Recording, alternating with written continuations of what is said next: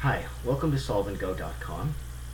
This next video is the fourth video in a series of videos giving the solution to the MAT186 final exam in 2005. This next question has to do with the fundamental theorem of calculus.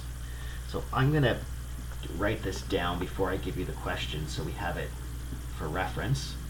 Fundamental theorem of calculus. And I think this is usually part 2. I can't quite remember, so I'll just state the version I'm going to use.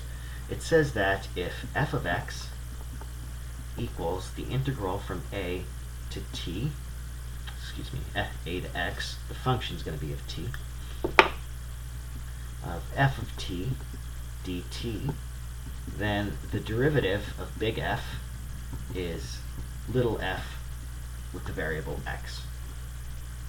Okay, so you just take this function, which is written with a variable t, and you just replace t with x. And that's the derivative of the function defined by this integral.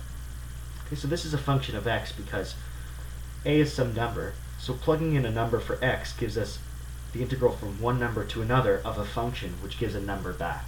So we input a number for x, and we get a number back. That's a function of x. And it's saying that function's derivative is this function evaluated at x.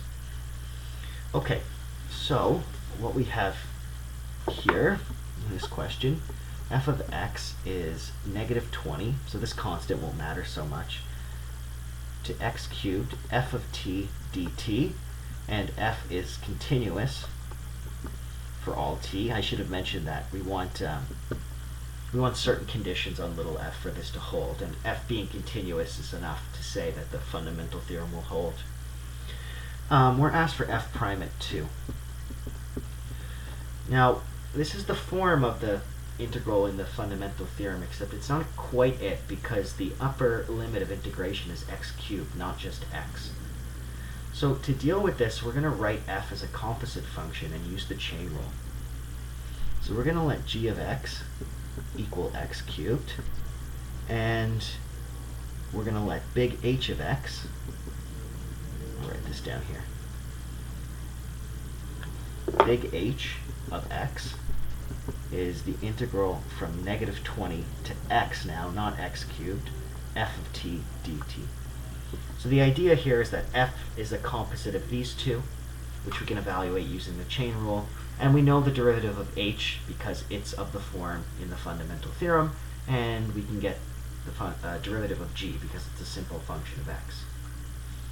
So as you can see, f of x is h of g of x, because what this would mean is you plug g of in for x, the occurrence of x in h, so this g of x would go up here.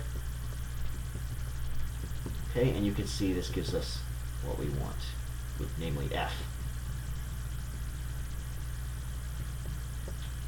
Okay, so indeed that's the composite, and the derivative is given by the usual chain rule. So we have f prime of x is h prime of g of x times g prime of x. Okay, so let's continue. Keep the function up here. We have the chain rule down here. Okay. So what we're going to need is first h prime of x so that we can plug g into that. So maybe I should write down what f and g were. H and g rather. G of x is x cubed, and h of x is the integral from negative 20 to x of f of t dt. Okay, that is a t. Okay, so we'll keep those here. So h prime of x, we use the fundamental theorem, and we know that that's just f of x. Okay, the function in the integrand. Okay, so h prime of g of x is going to be f of g of x, which is f of x cubed, which means h prime of g of 2 is f of 2 cubed, which is f of 8. Okay?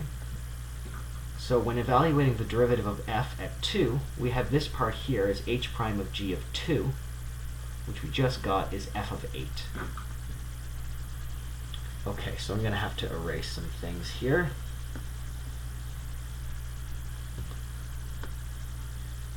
Okay, let me record what we just found. So we just found that h prime of g of 2 equals f of 8.